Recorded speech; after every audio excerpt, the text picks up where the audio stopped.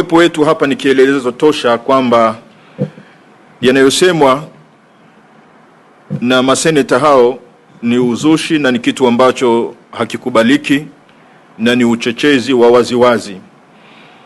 Kwa tungeitaka serikali ya Marekani mara moja iwakemee maseneta hao na ikanushe waziwazi kwamba kauli hiyo itabaki kuwa ni kauli yao binafsi ambayo kwetu sisi kama Watanzania imetuumiza sana, kwa sababu umoja tulionayo na mapenzi tulionayo kama Watanzania ni mkubwa, na kielelezo cha viongozi tuliopo hapa mbele ni kielelezo tosha kwamba Wakristo na Waislamu ni ndugu.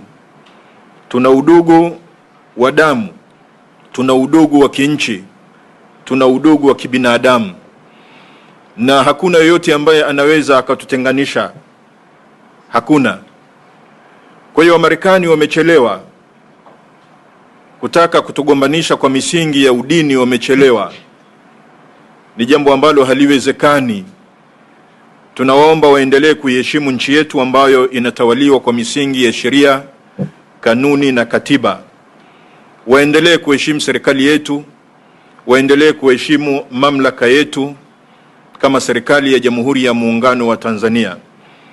Kwa hiyo uchochezi wowote wa namna yote ile, uwe wa kidini, uwe wa kisiasa, hatutaukubali. Hatutaukubali kama Watanzania.